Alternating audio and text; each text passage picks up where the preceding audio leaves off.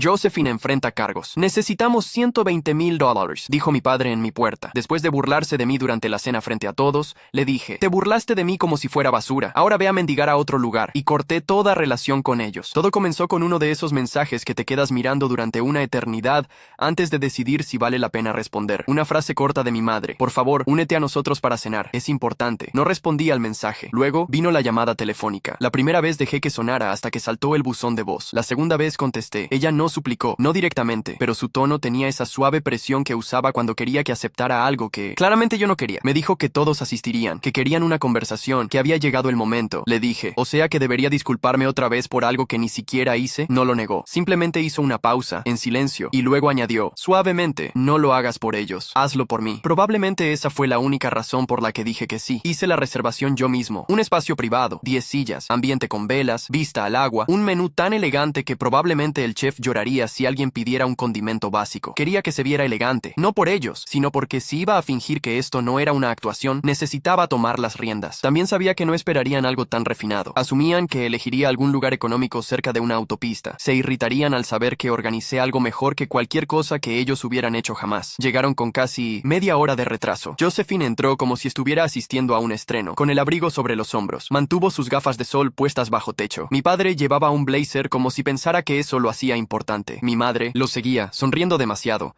con los ojos moviéndose nerviosamente por todas partes como si esperara una emboscada. Yo ya estaba sentado, bebiendo una bebida elegante que ni siquiera disfrutaba. Tomaron sus lugares. Les di un silencioso asentimiento con la cabeza. Mi madre intentó iniciar una conversación ligera, elogiando la decoración. Josephine puso los ojos en blanco. Mi padre permaneció en silencio por un momento, simplemente mirando fijamente. Luego, de la nada, soltó una risita. Sin esperar a que el camarero se retirara, soltó. Preferiría masticar basura que volver a hablarte. Josephine estalló en carcajadas, risas fuertes y desagradables, como si fuera lo mejor que hubiera escuchado jamás. Se volvió hacia el pobre tipo que seguía sirviendo agua y dijo, ¿escuchaste eso? Por fin, algo de honestidad. Mi madre extendió la mano como si quisiera detenerla, pero Josephine continuó. Comenzó a lanzarme insultos. Me llamó patético. Dijo que yo tenía ese hábito vergonzoso de siempre intentar mantener a todos unidos como una triste tira de cinta adhesiva. Le dijo a toda la mesa que probablemente había organizado la noche solo para sentir que importaba por una vez. Luego comenzó a aplaudir. Aplausos fuertes y sarcásticos. Esa fue la gota que colmó el vaso. Miré a mi madre. Parecía que iba a derrumbarse. No dije nada más que un tranquilo no. Me puse de pie. Dejé mi abrigo en el respaldo de la silla y me alejé. No hablé. No miré atrás. Pensé que eso sería todo. Pero pasó menos de una semana antes de que extraños correos electrónicos comenzaran a llegar a mi bandeja de entrada. No eran de ellos, por supuesto que no. Eran de alguien más.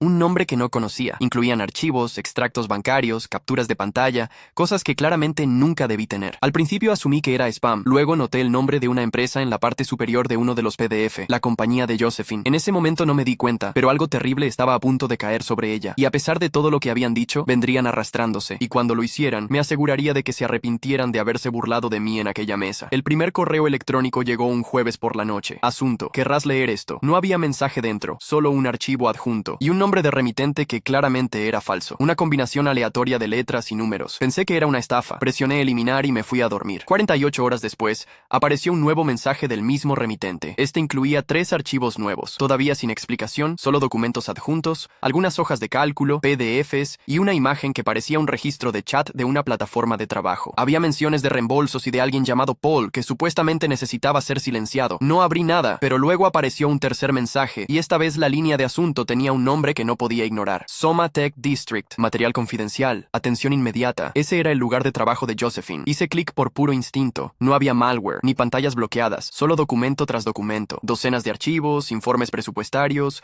transferencias bancarias, intercambios entre altos ejecutivos. Algunos de ellos señalaban actividades extrañas en la nómina. Decenas de miles de dólares transferidos rutinariamente, cada vez, a cuentas numeradas sin nombre. Pero una página me hizo sentir enfermo. Ahí estaba. El nombre de Josephine, escrito en tinta adjunto a un memo que decía: envíen estos antes del cierre del trimestre. No se requiere revisión legal. Seguí, pasando páginas. Otra hoja mostraba pagos aprobados etiquetados como consultoría, enviados en efectivo a una empresa falsa sin presencia en línea. No era un simple error. Parecía algo planeado. Parecía turbio. Parecía que implicaba cargos federales. Sin embargo, no entendí la conexión conmigo hasta el siguiente mensaje. Este tenía una línea de texto: tu hermana va a caer duro. Pensé que deberías saberlo antes de que todo explote. No dormí esa noche. Para el lunes, había ignorado 6 llamadas de mi madre. Finalmente contesté la séptima. Sonaba en pánico. Dijo que Josephine se había desmayado. ¿Alguna emergencia? Posiblemente su corazón o estrés. Los médicos no estaban seguros. Se quedaba Estaba para evaluación. Pregunté si estaba bien. Mamá dijo que estaba asustada. Josephine seguía preguntando por mí. Eso me tomó por sorpresa. Casi dije que sí. Casi pregunté por el nombre del hospital, pero no lo hice. Luego, un par de horas más tarde, mi padre me envió un mensaje. Necesitamos hablar urgentemente, en tu casa. Lo leí, pero no respondí. 30 minutos después, estaban en mi puerta. Era la primera vez que mi padre visitaba mi apartamento. Se veía frágil, como si le hubieran drenado la vida. Mamá no habló, solo retorcía nerviosamente sus mangas. No los dejé entrar. Me quedé en el umbral. Papá sostenía una carpeta desgastada. Dijo que necesitaban mi ayuda. Dijo que Josephine estaba en graves problemas legales. Mencionó términos como cargos criminales e investigación gubernamental. Dijo que sus finanzas estaban congeladas. Su computadora portátil de la empresa había sido confiscada. Luego me miró directamente y me pidió $120,000. No pude contener la risa. Brotó de mí sin control. Él se estremeció. Le dije que me habían juzgado mal, que asumían que yo siempre cedería, que era el que siempre arreglaba las cosas. El mismo al que se burlaron tan cruelmente que ni siquiera pudieron actuar con civismo durante la cena. Mamá intervino. Dijo que yo había malinterpretado, que estaban asustados, que Josephine no se había dado cuenta de lo que había afirmado, que las cosas se estaban saliendo de control. Los miré a ambos, con la culpa emanando de sus rostros. Por un segundo, casi consideré ayudar. Luego recordé a Josephine aplaudiendo burlonamente en aquella mesa, como si estuviera disfrutando de un espectáculo. Así que dije, no. Luego añadí que ya lo sabía. Papá se quedó helado. Mamá apretó los dientes. Di un paso atrás y cerré la puerta. No volvieron a llamar. No me enviaron mensajes durante 3 días. Supongo que estaban avergonzados o ocupados cubriendo las huellas de Josephine. No me importaba. Pasé los siguientes días haciendo algo poco habitual para mí. Absolutamente nada. No toqué mi bandeja de entrada. No respondí llamadas. Caminé hasta un parque cercano, tomé un café y simplemente me senté en un banco. Sin caos, sin el teléfono vibrando, sin culpa. Era tranquilo, casi ajeno, hasta el jueves por la mañana. Encendí las noticias, esperando actualizaciones del clima o pequeños crímenes. En su lugar, apareció un titular. Graves acusaciones. Criminales presentadas contra la CEO de Somatech District, Josephine Bell. Me quedé mirando fijamente la pantalla. Un fotograma borroso mostraba a Josephine entrando a un edificio legal, flanqueada por 2 hombres de traje. Uno parecía claramente ser de las fuerzas del orden federal. El presentador de noticias soltó términos como crímenes financieros, uso indebido de fondos de la empresa e investigación oficial en curso. Afirmaron que informantes anónimos habían enviado datos contables que se remontaban a más de 36 meses. Luego la pantalla mostró un formulario ampliado con una firma manuscrita que ahora circulaba en línea. Su firma. Se sentía irreal ver que el público finalmente presenciaba lo que yo ya había aprendido en privado. Pero el momento que me dejó completamente atónito vino después. Mi propio nombre fue pronunciado en voz alta. Fuentes cercanas a la investigación confirmaron que un familiar del acusado recientemente adquirió registros internos y es posible que se le haya pedido asistencia con apoyo monetario. Me quedé helado. Ese detalle no debía hacerse público. Yo no había compartido nada. No había filtrado documentos y ciertamente no le había contado nada a ningún reportero. En menos de 10 minutos, mi teléfono explotó sin parar. Antiguos compañeros de clase, antiguos colegas, incluso el hombre que me alquila el apartamento envió un mensaje. Vi la cobertura. ¿Estás bien? Luego llegó una llamada de un número oculto. Normalmente ignoro esas llamadas, pero esta vez contesté. Era un periodista, alguien de una publicación centrada en finanzas. Dijo que tenía contactos que afirmaban que yo había contribuido a exponer la mala conducta en Matco. Me preguntó si quería hablar oficialmente. Le dije que no tenía idea de lo que estaba hablando y colgué. Pero entonces ocurrió algo inesperado. Pasó una hora. Alguien llamó a mi puerta. Una voz que no conocía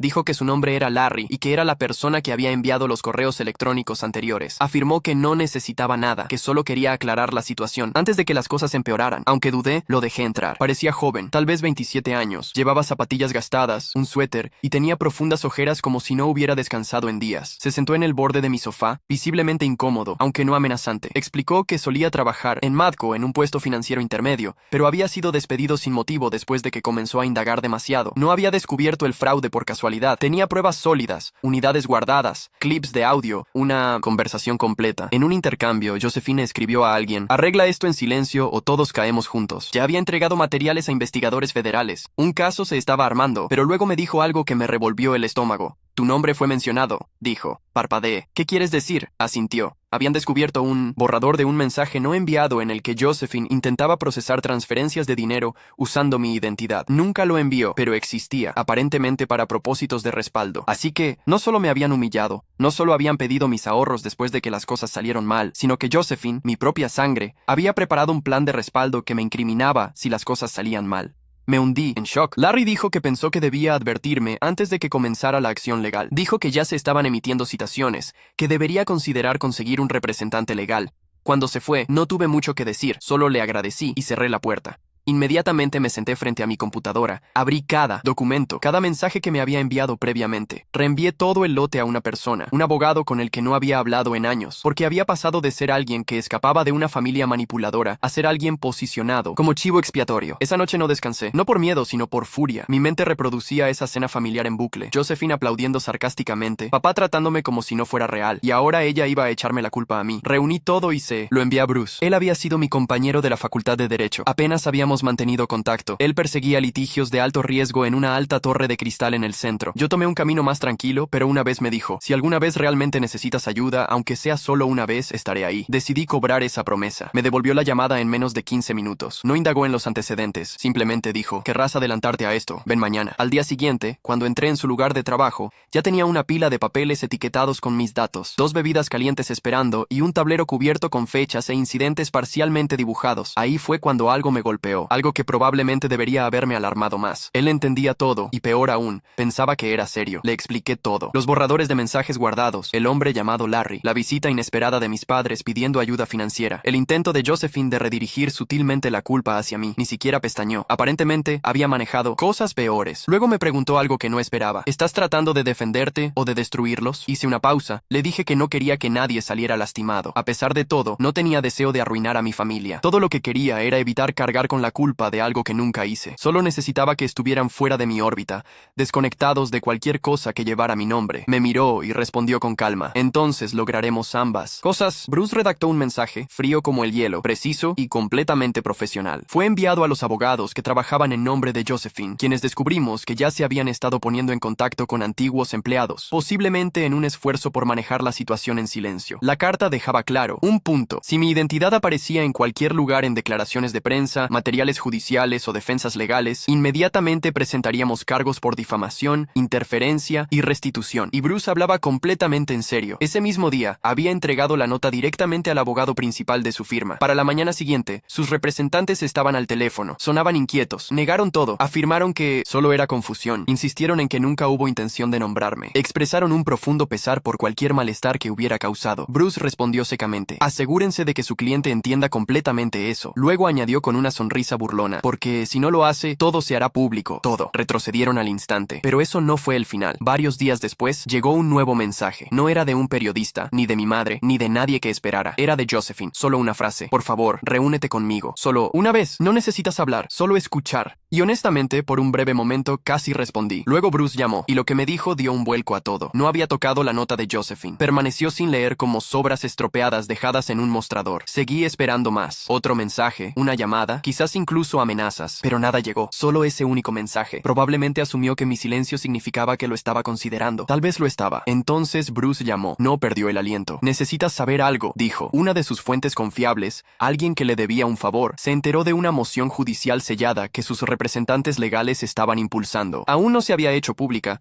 pero aquí estaba lo esencial. Estaban tratando de llegar a un acuerdo con el fiscal. Ella cooperaría, entregaría identidades, registros y correos electrónicos, lo que quisieran. A cambio, reducirían los cargos. Pero aquí está la parte que me destruyó. Mi nombre era una de las personas que estaba dispuesta a entregar, no como alguien a quien culpar. Esta vez como alguien supuestamente involucrado, un individuo que podría haber visto documentos internos. Alguien que supuestamente recibió detalles confidenciales y no los denunció. Una persona que podría haberse beneficiado monetariamente. Bruce permaneció firme. Yo no. Pregunté cómo podía tener sentido. Nunca trabajé allí. No sabía nada. Hasta hace poco. No había tocado un centavo. Dijo que eso no importaba. Lo que importaba era su disposición a presentarlo de esa manera. Si pegaba, aunque fuera temporalmente, si creaba alguna duda, podría arruinar años de mi vida. Evaluaciones, daños en la carrera, problemas de viaje, pérdida de credibilidad. Todo lo que había pasado años construyendo podría colapsar. Todo porque Josephine me veía como prescindible. Así que Bruce preparó otro documento. Este no era amistoso. A la mañana siguiente, presentó una declaración avanzada al tribunal, adjuntando toda la correspondencia, documentos y el archivo completo. Larry había coordinado el momento para demostrar claramente que yo no tenía ninguna conexión con la situación. Para dar un golpe extra, también incluyó una demanda oficial de que a los abogados de Josephine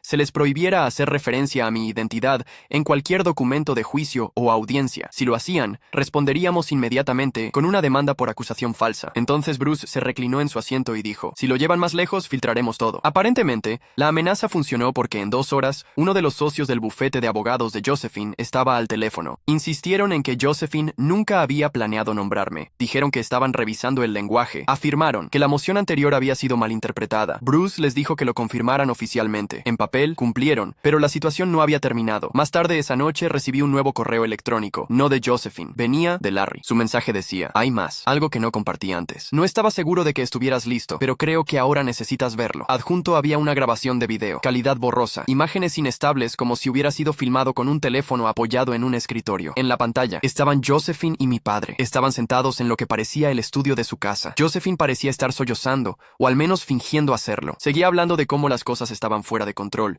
de cómo no podía soportar tiempo en prisión, de cómo Joseph ni siquiera se daba cuenta de lo que estaba a punto de suceder. Si lo culpan a él, termina con él. Mi padre asintió lentamente y respondió, estará bien, siempre encuentra la manera de salir adelante, siempre lo hace. Debo haberlo reproducido 20 veces en silencio. Ese fue el momento en que mi concepto de familia se desvaneció por completo. Viendo ese clip, no se sentía como una traición, se sentía como frialdad emocional. El hombre que una vez me dijo que siempre sería su hijo, discutía casualmente sacrificarme como si estuviera eligiendo una opción para el almuerzo. Ya no sentía rabia, sentía un desapego completo. No le mostré el video a Bruce inmediatamente. Él ya estaba manejando la guerra legal y no quería añadir a la carga. Lo que necesitaba era un plan preciso, uno que no solo me protegiera, sino que asegurara que Josephine y mi padre aprendieran que no saldrían ilesos. Así que guardé completo silencio durante los siguientes días. Ignoré las llamadas de mi madre, no revisé ninguna bandeja de entrada, me salté el trabajo, permanecí dentro de mi apartamento. Todo lo que necesitaba ya estaba recopilado. Las presentaciones judiciales de Bruce, la carpeta de datos de Larry, ese video cruel. Dejé que todo reposara,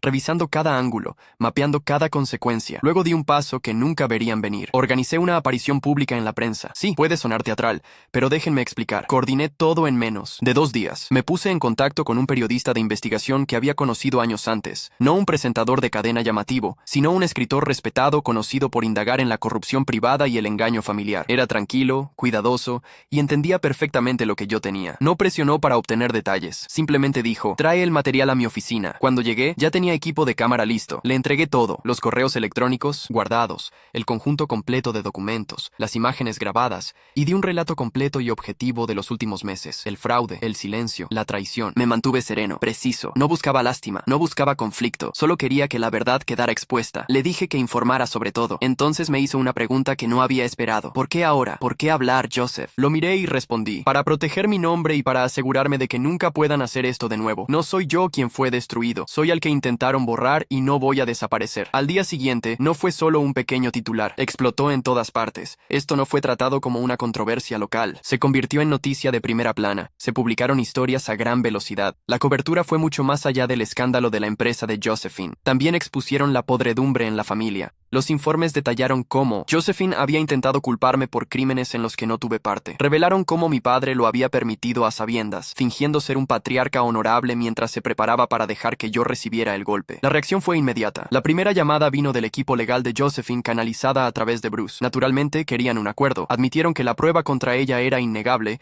y que una declaración de culpabilidad era probable. Pero esa no era la parte inesperada. La sorpresa fue que preguntaron si estaría dispuesto a ofrecer una declaración, no para negar la culpabilidad, sino para aparecer como un familiar indulgente, para sugerir que las acusaciones que me vinculaban a ello eran exageradas. De hecho, me reí. Lo absurdo de la situación era casi hermoso. Les dije que hablaría solo bajo una condición no negociable: inmunidad total, sin ataduras, sin escapatorias. Mi nombre, mi imagen, mi futuro, completamente protegidos. Si querían mi ayuda para arreglar el desastre que crearon, tendrían que admitir cada detalle. Sus abogados se resistieron, pero después de 24 horas de forcejeos, aceptaron. Al día siguiente, me reuní con los representantes legales de Josephine en el edificio de su firma. La reunión fue mayormente ceremonial. Revisé cada página, firmé los documentos que oficialmente eliminaban cualquier asociación legal entre yo y el caso. Se comprometieron a un comunicado público, afirmando que yo no tenía nada que ver con los crímenes. Y el giro más apropiado de todos: mi padre nunca apareció, ni una sola vez. Cuando el papeleo estuvo terminado y archivado, el circo mediático ya había comenzado a calmarse. Pero un detalle se quedó conmigo. Como parte de los términos legales, el nombre de Josephine fue formalmente borrado del liderazgo de la empresa. Su estatus como la niña dorada de la compañía se había esfumado. El negocio mismo estaba siendo vendido pieza por pieza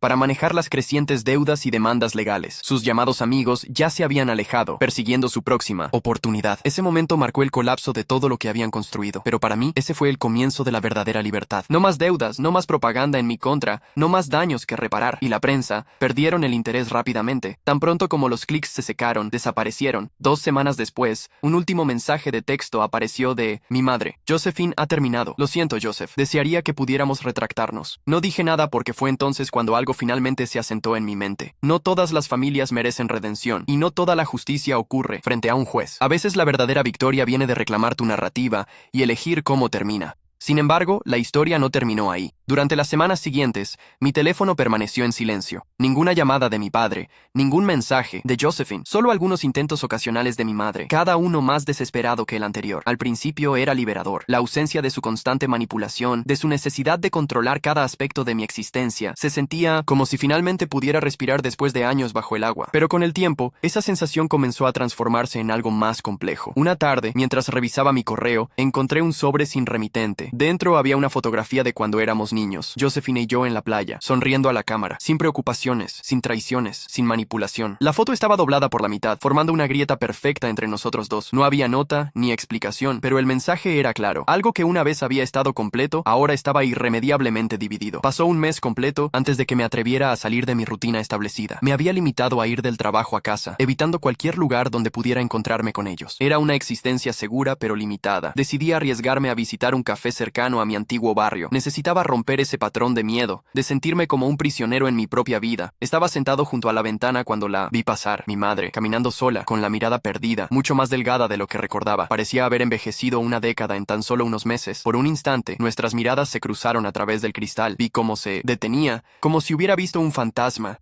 Sus ojos se llenaron de lágrimas y levantó una mano temblorosa en un gesto que parecía mitad saludo, mitad súplica. No respondí, simplemente bajé la vista hacia mi café y esperé a que continuara su camino. Cuando finalmente levanté la mirada, ya se había ido. Esa noche no pude dormir. La imagen de mi madre, tan frágil y derrotada, se mezclaba con los recuerdos de su complicidad silenciosa durante años. Ella nunca me había defendido, nunca había enfrentado a mi padre o a Josephine cuando me atacaban. Siempre había elegido el camino de menor resistencia y ahora estaba pagando el precio de esa cobardía. Parte de mí quería sentir lástima por ella, quería creer que también había sido una víctima. Pero otra parte, la que había sufrido durante tanto tiempo, se negaba a ceder. Una semana después, recibí un correo electrónico de un número desconocido. El asunto era simple: actualización sobre Josephine Bell. Sentí un escalofrío. Por un momento, dudé si abrirlo. ¿Qué más podría haber? ¿Acaso no había terminado ya todo? Finalmente, la curiosidad venció al miedo. El mensaje era breve. La sentencia ha sido dictada. 5 años en una prisión federal de mínima seguridad, más una multa de 1.5 millones. Su apelación fue rechazada. Pensé que querrías saberlo. No había firma. No sentí la satisfacción que esperaba. No hubo alivio, ni sensación de triunfo. Solo un vacío extraño,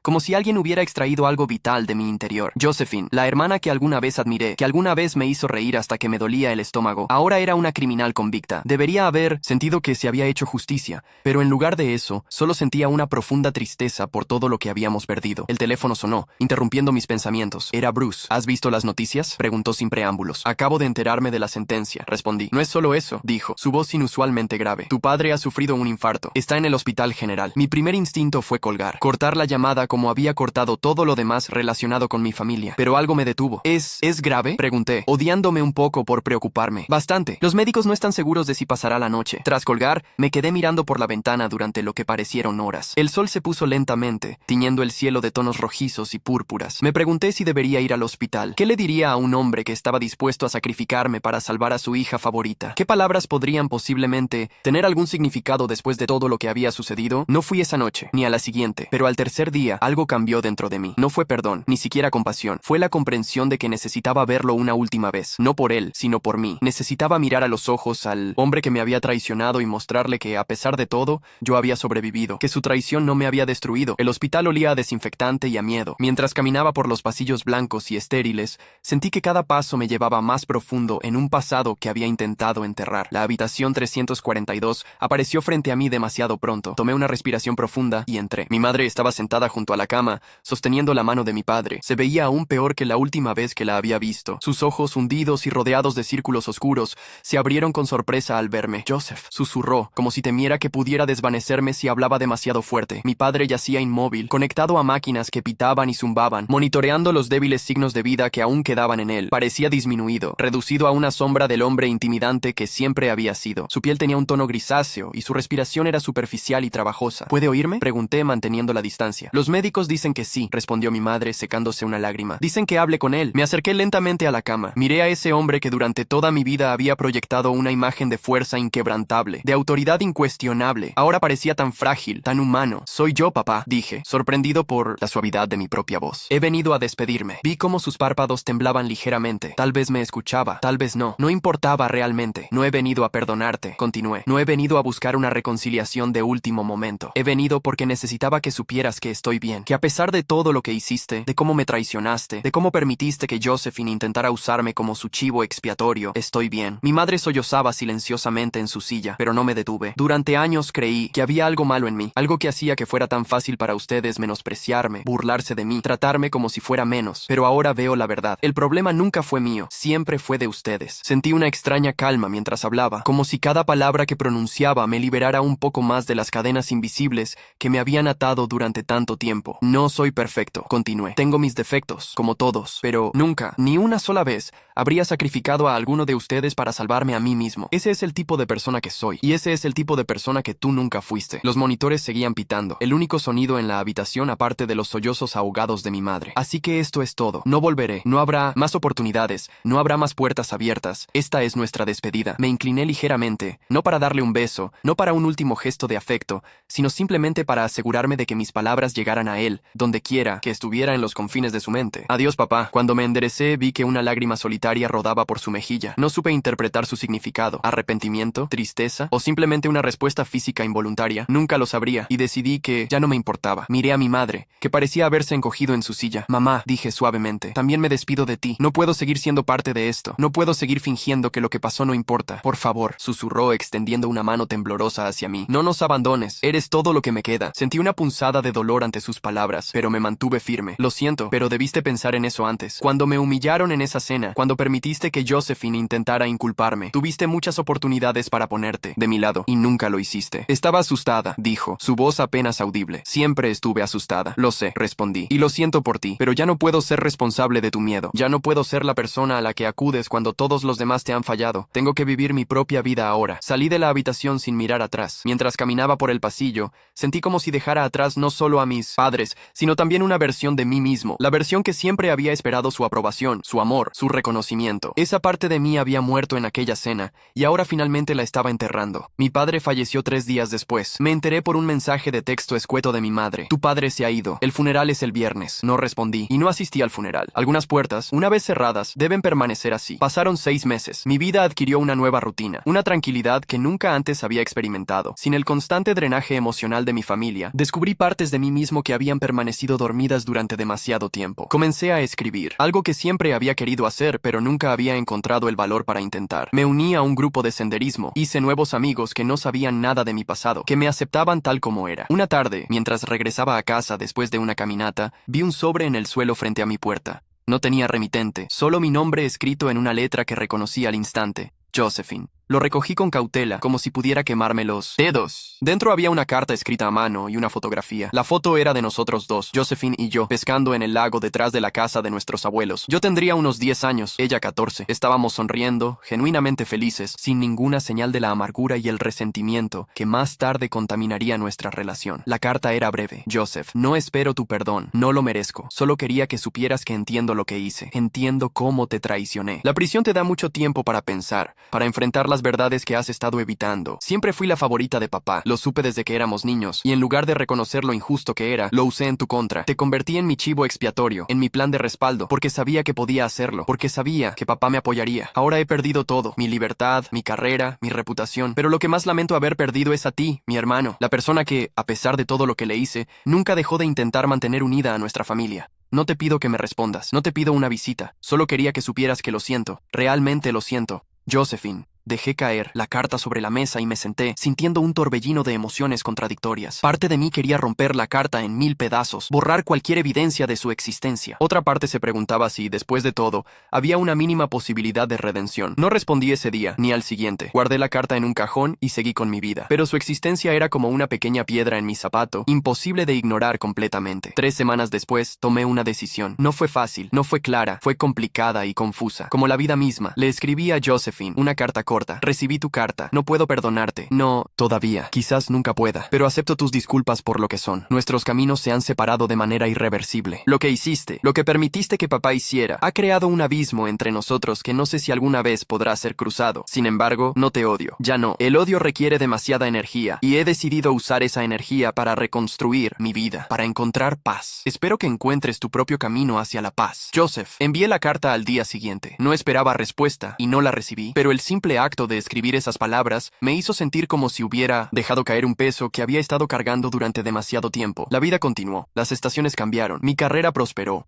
Conocí a alguien, una mujer llamada Elena, que me hizo reír como no lo había hecho en años. Le conté todo sobre mi familia, sobre la traición, sobre las heridas que aún estaban cicatrizando. Ella escuchó sin juzgar, y cuando terminé, simplemente tomó mi mano y dijo: lo que te hicieron es parte de tu historia, pero no define quién eres. Un año después de la muerte de mi padre, recibí una llamada de un número desconocido. Era Larry. Solo quería saber cómo estabas, dijo. Han pasado muchas cosas desde la última vez que hablamos. Estoy bien, respondí, sorprendido, pero en cierto modo contento de escuchar su voz. De hecho, estoy mejor que bien. ¿Y tú? Conseguí un nuevo trabajo, dijo, en una empresa más pequeña, más ética. Me siento bien haciendo lo correcto esta vez. Hablamos durante casi una hora, sobre nuestras vidas, sobre las secuelas del escándalo, sobre las lecciones aprendidas. Antes de colgar, me hizo una pregunta. ¿Alguna vez has pensado en visitar a tu hermana? Sé que lo que hizo fue terrible, pero lo he pensado, admití, pero aún no estoy listo. Entiendo, dijo. Solo quería preguntar. Después de colgar, me quedé mirando por la ventana durante mucho tiempo. La ciudad se extendía ante mí, un mar de luces y sombras. En algún lugar, en una prisión federal, mi hermana estaba cumpliendo su condena. En algún lugar, mi madre estaba viviendo su vida, sola. Y aquí estaba yo, libre, finalmente libre de las cadenas invisibles que me habían atado durante tanto tiempo. No sabía si algún día volvería a ver a Josephine. No sabía si algún día perdonaría completamente a mi madre. El futuro era incierto, como siempre lo es. Pero de una cosa estaba seguro. Ya no dejaba que el pasado definiera mi presente. Ya no era la víctima de su historia, sino el autor de la mía propia. Recordé lo que le había dicho a aquel periodista hace tanto tiempo. No soy yo quien fue destruido. Soy al que intentaron borrar y no voy a desaparecer. Y no había desaparecido. Todo lo contrario. Había emergido de las cenizas de esa familia fracturada, más fuerte, más sabio, más completo. 2 años pasaron con relativa tranquilidad. Mi relación con Elena se profundizó y comenzamos a hablar de un futuro juntos. Compré un pequeño departamento con vista al parque, lejos del barrio donde había crecido. Publiqué mi primer libro, una novela sobre la resiliencia y el perdón que, aunque ficción, contenía ecos inconfundibles de mi propia historia.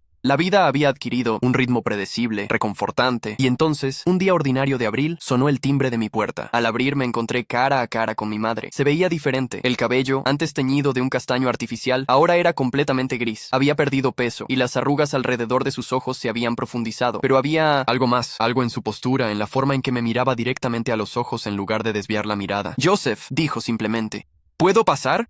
Por un momento, consideré cerrar la puerta. Había construido una nueva vida, una vida en la que ella no tenía cabida. Pero algo en su expresión, una mezcla de vulnerabilidad y determinación, me hizo dar un paso atrás y permitirle entrar. Nos sentamos en la sala, un silencio incómodo entre nosotros. Ella miraba alrededor, tomando nota de las fotos enmarcadas de Elena y yo, de los libros apilados sobre la mesa de café, de las pequeñas señales de una vida bien vivida. Tienes un hogar hermoso, dijo finalmente. Gracias, respondí, sin saber qué más decir. Tomó una respiración profunda, como preparándose para algo difícil. He venido a decirte algo, y luego me iré si así lo deseas, comenzó. Después de la muerte de tu padre, después de todo lo que pasó con Josephine, tuve mucho tiempo para reflexionar sobre las decisiones que tomé, sobre las veces que guardé silencio cuando debería haber hablado. Hizo una pausa, buscando las palabras correctas. Siempre tuve miedo, continuó. Miedo de tu padre, de su ira, de perder la seguridad que me proporcionaba. Me dije a mí misma que lo hacía por tu bien, por el bien de Josephine, para mantener la paz. Pero la verdad es que lo hice por cobardía.